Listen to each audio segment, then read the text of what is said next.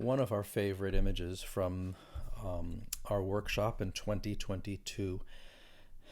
This is a gorgeous kind of modern country vibe, and I have a couple of different compositions that I wanted to share with you.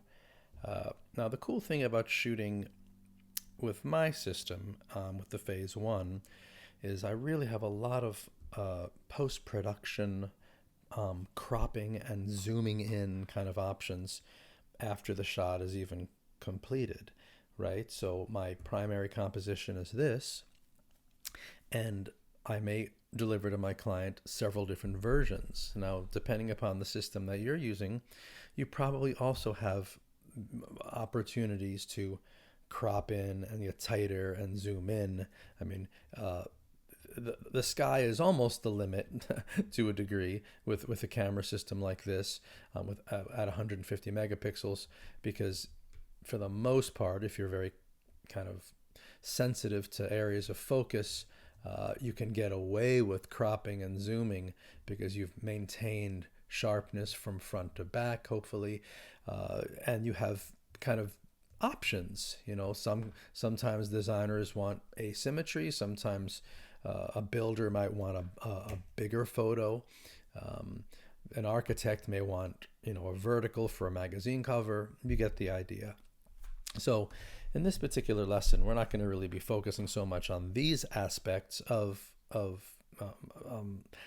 my photography, but I wanted to kind of discuss the inclusion of a person or people in residential interiors. Now, the truth is I don't do a lot of this for my residential work because, frankly, most of the time my clients don't ask for it, and I'm quite happy just focusing on the interior and the architecture and making the story be about that. But it is kind of cool to be able to include a person to show scale, to imply a lifestyle, to imply movement, etc. And in the same way that we would do it for a workspace or commercial interior. Okay? So let's take a look at a couple of the compositions, and I'm going to do this very briefly. We did an exterior of this really cool house, a magic hour, a little bit of light augmentation to bring out.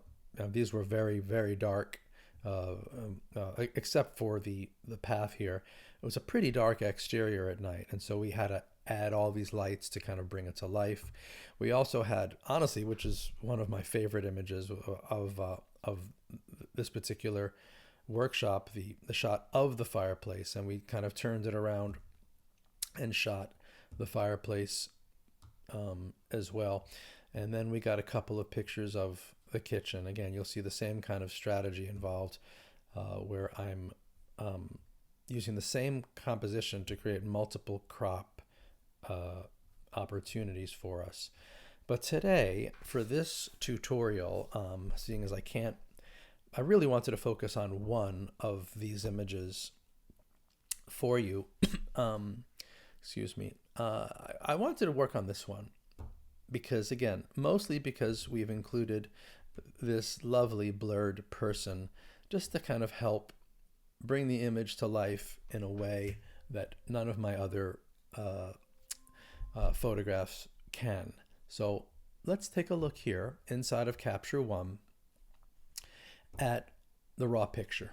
Now I've done a little bit of editing, if you will, on the number of pictures that were required to create that final picture, right? But these are pretty much it.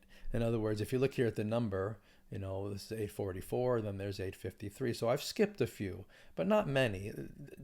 I just wanted to kind of get to the meat of the matter, so to speak, and get to the images I think we need to create and compose that final image. Okay, so let's take a look at these in detail, and then we'll discuss. Okay, so this is actually one of the first images when I first basically set the camera down that morning. And I'm always kind of trying to find the right vantage point, right? We've discussed this in other tutorials. vantage point and composition are probably the most important, well, not probably, they are the most important aspect to what it is we're doing. Where you place your camera, how close to the room, how close to the foreground, and how the camera's vantage point relates to elements in the frame that you can't move. Obviously, we can't rehang the chandelier, but we can adjust foreground elements. We can adjust the how these accessories are placed. We can adjust, even movement of furniture. So we basically set the camera down initially, and I loved this. And there are certain things, that are outside of our control, like the movement of the light. But I love the light coming through that window, and to me, it adds a lot of life to the picture, right? And so when you have the chance to kind of strategize creating interior photographs for your clients and for yourself, look at where the light comes from, and look at how the light interacts with the interior environment. These are very crucial because you want to take advantage of those elements you can't control, right? But you can control them to a degree, just strategically, in terms of what time you get there and the angle that you choose to compose your images from, right? So to a degree, we are controlling this light by being here at whatever time it was in the morning, etc. Now, that said, this was the first picture we did at the beginning of the workshop in 2022. And, we probably would have been better served to get there about an hour earlier, right? But, this is inside of a workshop environment. We toured the house, etc. So I plopped the camera down. I thought this was pretty cool. I love the architectural aspect of how this vantage point made the room feel. It made it feel majestic. And the obvious picture, honestly, truthfully, more often than not, the obvious picture in this space is, let me find it, this one, towards the fireplace. This was propped and set for the most part almost exactly like this. Did we have to tweak a few things? Yes. But this is the hero composition, truthfully. Ironically, I set this up the next morning when we were in the show house. But the first morning, I found this shot, which again, you putting the camera right up against the fireplace and facing into the house is probably not what most people would get. But meanwhile, I think this is a pretty cool vantage point. So don't be afraid to find unique perspectives when you're doing this. Okay, now back to the first shot. So tons of things to adjust. So we get that first one down. A few compositions later, probably 7 minutes later or thereabouts, the sun has completely moved. But yet I've rearranged some of these foreground elements, right? And rather than bore you with all of those frames to show you how we move things and, got the composition just right, the camera didn't move, but the elements moved. We arrived here. So composition A, same composition, but just rearranging the elements. Okay, so here we are. This could be hey, we got it, let's move on. I love this picture. And we could probably do things inside of Capture One to bring out aspects of, the clarity and the texture of some of the stone. We can do a lot of things in post-production to enhance this picture if we didn't want to use supplemental light. But you know me, and this is a tutorial, and this is a live in-person tutorial that we created during the workshop, and we want to play with light as best we can, just to kind of show the possibilities. Okay, so our very first frame with lighting, we place a large, is that large or medium? It's probably medium. I'll double check when it gets closer to me. It's been 3 years. Umbrella here. And it's a nice, strong, I call this a raking side light. It's a strong raking side light. Now, why did I decide to put it there?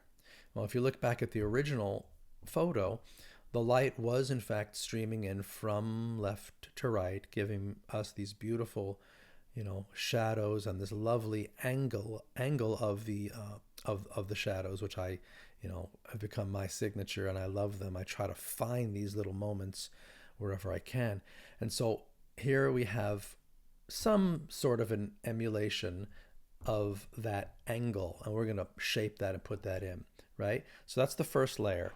Now, if you've seen any of my other tutorials, I shouldn't have to be a broken record and repeat myself, but I typically do like to illuminate my interiors when I'm trying to do this kind of thing from the back of the room to the front. Now we have a lot of planes of space. We have a lot of layers here. We even have layers back in here in these little butler's pantry, and there's a staircase back there. And we'll get to that. I don't forget that, but we'll come back to those. But the back of the room in this particular case is right here. And I like to illuminate from the back because it helps create depth, right? So that's our first one. You'll also notice that I increased the shutter speed. This is 1/45th of a second. And so we're shortening the shutter speed, right, to darken the interior. I'm not shooting at a 200th of a second here in this case, which I could have, but the reason I don't, the reason I arrived at this shutter speed is because it seemed to be a pretty comfortable shutter speed to control the exposure values outside. And when you can use a single shutter speed for your strobe layers that, for the most part, darkens the interior, for the most part allows you to control color in your interior. And you'll see here, I'm probably shooting about 5,000 degrees Kelvin, right? Which is daylight. This is a daylight shot. We have daylight all coming in. There's daylight coming in through these skylights. There's a little bit of color impropriety here. We can address that later. Yeah, 5,000 degrees Kelvin. We stick with it, and to speed up the shutter speed to the right shutter speed. Again, depending upon the shot, it can vary, but in this case, it's 1/45th, and that may in fact not be the most accurate. It's probably a 50th. I was shooting, or 60th. I'm shooting this with, at the time, my mechanical shutters on my Rodenstock lenses. So this was shot with a 23 millimeter, just to cover that, 23 millimeter lens, a Rodenstock, and that's a medium format 23. So basically, if you're shooting this with, let's say, full frame, let's go back here for a moment, and you popped on your 23 on your camera, you're probably going to get something like this, give or take, right? Because it's effectively cropping in on the sensor, right? So my sensor on my Phase 1 IQ4 150 gives me all this extra area. A field of view is how I call it. It's just a bigger sensor, and it's got a larger capture area. If you took that same 23 millimeters and popped it onto a Canon or a Nikon or a Sony full frame, you're getting this. And so why is that important, and why am I even discussing it? Because some people have the discussion or the knowledge of, oh, the 23 in medium format, that's like the equivalent of a 14 millimeter on a full frame. Well, yeah, that's kind of true. It's kind of true. It's true in the sense that the 14 or the 16 is going to get you the same corner to corner coverage, right? The coverage is going to be the same. The field of view, as I like to call it, is going to be the same, right? But the characteristics intrinsic to the 23 millimeter lens are not the same as the characteristics in terms of proportion, in terms of, I hate to use this word, distortion, the front to back relationship of an accessory here to the background there. A 14 millimeter, this is going to get much bigger. These are going to get much smaller as they recede. So long story short, just to kind of crystallize, that's one of the huge advantages of shooting with the medium format, is you get to live with longer focal length lenses, which I think we can all agree might feel a little more natural, right? A little more comfortable, a little bit more proportional to an interior space as it relates to foreground to background, size of the pillow, size of an element. But you get the field of view, you get the coverage you want. So that's not something we typically talk about when we talk about advantages of medium format. Okay, but here's an example where it's a pretty wide angle lens, right? And it could be argued, oh, that feels a little wide.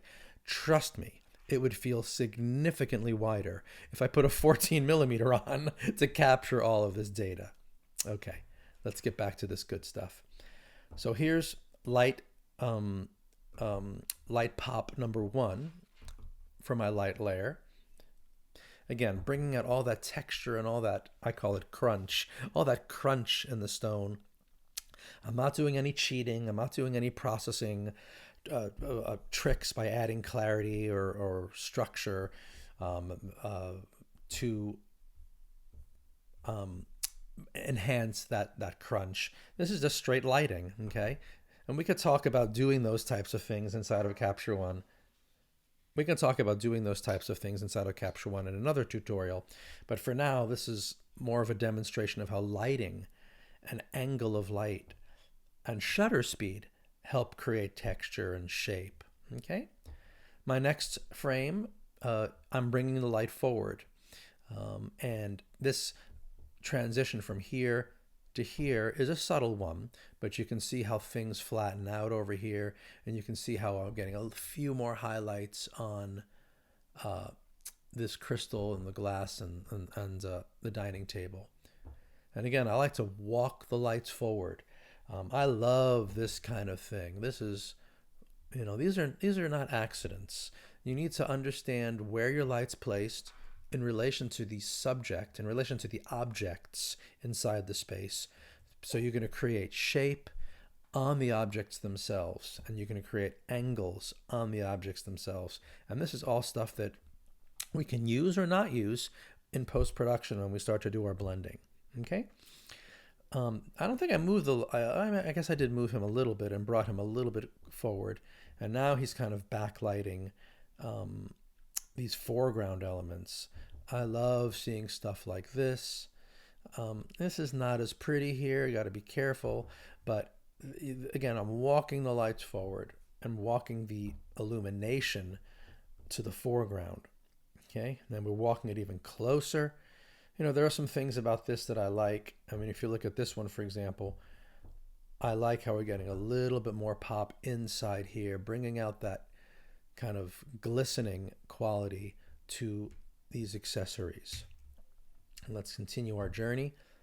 Okay, now we're getting a little creative. Now we're putting the lighting outside. It's hard to tell. Oh, there it is. I call this an open eye light. Basically, it's just the reflector projecting light in. Now, I typically, and again, this is up to every photographer, you're not going to see a lot of these upward angled projections of light and shadow, if you will, in my photography. But this is a taste thing. This could be acceptable, or it could be beautiful, depending upon what you were after. But just understand that this sometimes will create the subconscious effect of it's a photographer's light. Because how natural is a light projection coming through a window shooting up like that? The answer is it isn't. Unless maybe the sun is coming down and kicking off of something reflective outside, like a pool, for example. I have seen stuff like this, and you guys probably have too, where you've got these upward projections of light coming in a window or coming inside a room. Like say a sunbeam or a sun burst of light was coming through one of these skylights and kicking off of this reflective table and throwing up into the wall. You get the idea. This could be perceived as a mistake. It could be perceived as a photographer's light, or it could be just right for something kind of beautiful and natural. But these are all things that may or may not matter to me or you as photographers. Just be on the lookout for moments like this where something special is happening. Now, again, I'm processing this photograph now 2.5 years later, okay, for you today. And we'll see, maybe we come up with something different than we did the very first time. I mean, just as a comparison, if you look to what we ended up with, if you look at what we ended up with all those years ago, you don't see that upwards projection here. I kept the hot spot here. That's real sun coming through the skylight, by the way. You see these bursts of light coming through. I made some decisions then when I was editing that I may not make today for you, and that's kind of cool. People's and myself included, my taste will change, and I may do something different for you guys even today because I kind of wanna. Okay, so we'll see what we come up with. Okay, and part of the learning environment at my workshops is let's just explore a couple of extra options. And in truth, I probably would have just called it a day after just those first couple of light pops that I showed you. It's enough. It's enough. But this is a learning environment during these workshops, and we decided, well, let's just throw a few more lights around so we have options. Okay, later, and this uplight, if you will, does some pretty cool stuff for the crystal here. It does help flatten out, create some color consistency here. So we did one, and then we did another one on the back side. And this is kind of cool because we're getting a nice bit of a highlight on this beam. I do really like that, actually. And it's also giving us some specularity. I'm not so sure I love it inside these spherical light fixtures in the glass. So we may end up using that. Let's continue on our journey. And then I guess because we were demoing this handheld, and I'll zoom in on it here, this little baby handheld softbox. It's 2 foot, and that's Clarence, I believe. Hey, Clarence, thank you for making an appearance. Clarence Butts, really good architectural photographer who was one of our attendees that year. We decided to play a little bit, so this is a repetition of some of the earlier lighting that we did, but it has a slightly different vibe with this small softbox versus that large white umbrella. So we just decided to throw a couple more handheld little pops here just to see what the feel was, if it was any different. Oh, and then last but not least, we thank goodness remembered, let's not forget these back areas. So we got the staircase back there. Okay, pretty nice little top light coming down. That's probably the same handheld softbox. And then we did the same inside this butler's pantry. And I think we have a couple of versions in there. Yeah, so one is a little further back and one of them is a little bit further walked in. Okay, and now if I'm not mistaken, I guess we have a couple more. We decided to explore a little further, putting light outside. Now this is actually pretty successful. Yes, it's reminiscent of the very first natural light, when we first showed up. Now, it's a bummer that I have to be probably exclusionary and not use any of this. Maybe I can use a little bit of it, but since the furniture moved, the accessories moved, I have to be somewhat careful. This was really that first exposure where we set the camera down. So this, I don't think I ever was able to replicate that in any of my lighting. But you see, this putting that light, our own light, right outside, and this was a, let me see, this is 2022, so this is a B10 Plus unit, okay? Nothing more powerful than that. And for the record, I shoot at ISO 50 as a general rule. That's the base ISO for my digital back. My recommendation for you guys is, if you're going to shoot, well, with whatever camera system you're using, do your best for image quality, and I use that quality with a capital Q. Always shoot at the base ISO, if possible.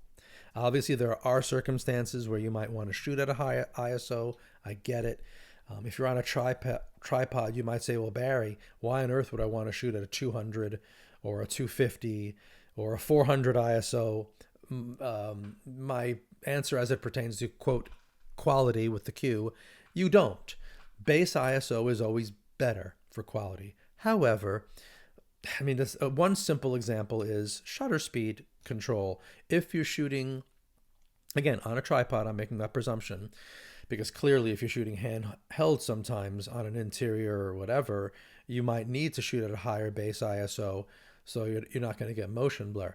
But movement at a faster shutter speed when you're on a tripod is, you're typically not going to have any of those problems in a living room. But if you're shooting, and I've done this before, like twilight or sunset exteriors, and you're shooting palm trees like I am very often, and they're moving, because a 1 second exposure or a 2 second exposure at base ISO 50 is problematic for movement of trees. You get it.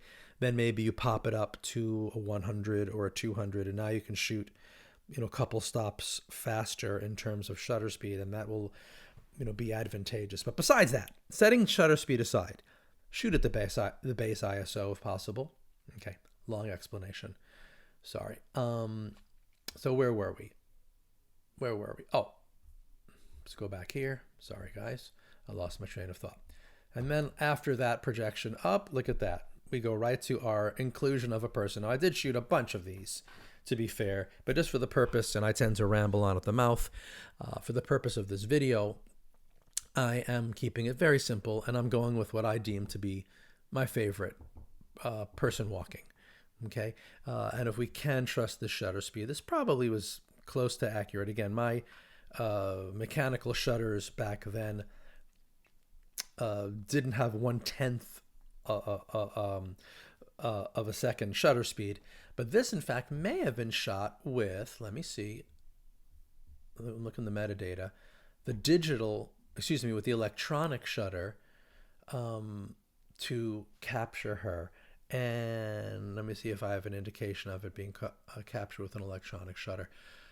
Well, rather than bore you, let's just go on the presumption that this was captured with an electronic shutter. And in that case, this was a 1/10 of a second exposure. The phase one has the option of shooting with the electronic shutter, which is actually the digital back itself, creating shutter exposures for you on an internal, an electronic shutter speed, where the aperture of the lens remains open, the electronic shutter, and in this particular case, a mechanical shutter with the real aperture opening and closing.